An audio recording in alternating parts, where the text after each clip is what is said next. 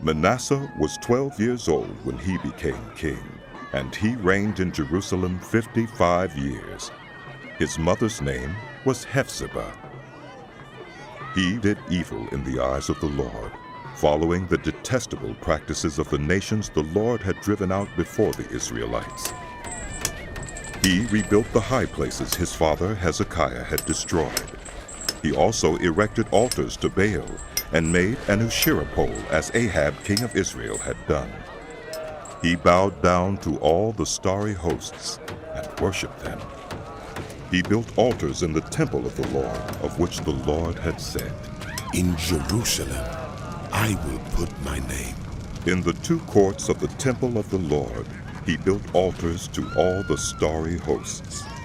He sacrificed his own son in the fire, practiced divination, sought omens, and consulted mediums and spiritists. He did much evil in the eyes of the Lord, arousing his anger. He took the carved Asherah pole he had made and put it in the temple, of which the Lord had said to David and to his son Solomon, "In this temple and in Jerusalem, which I have chosen out of all the tribes of Israel, I will put my name forever. I will not again make the feet of the Israelites wander from the land I gave their ancestors. If only they will be careful to do everything I commanded them and will keep the whole law that my servant Moses gave them." But the people did not listen. Manasseh led them astray, so that they did more evil than the nations the Lord had destroyed before the Israelites. The Lord said through his servants the prophets, "Manasseh, king of Judah, has committed these detestable sins. He has done more evil than the Amorites who preceded him, and has led Judah into sin with his idols. Therefore, this is what the Lord, the God of Israel, says. I am going to bring such disaster on Jerusalem and Judah that the ears of everyone who hears of it will tingle. I will stretch out over Jerusalem the measuring line used against Samaria and the plumb line used against the house of Ahab. I will wipe out Jerusalem as one wipes a dish, wiping it and turning it upside down. I will forsake the remnant of my inheritance and give them into the hands of enemies. They will be looted and plundered by all their enemies. They have done evil in my eyes and have aroused my anger from the day their ancestors came out of Egypt until this day."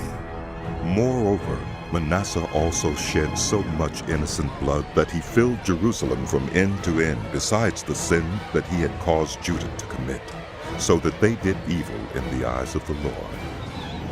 As for the other events of Manasseh's reign and all he did, including the sin he committed, are they not written in the book of the annals of the kings of Judah?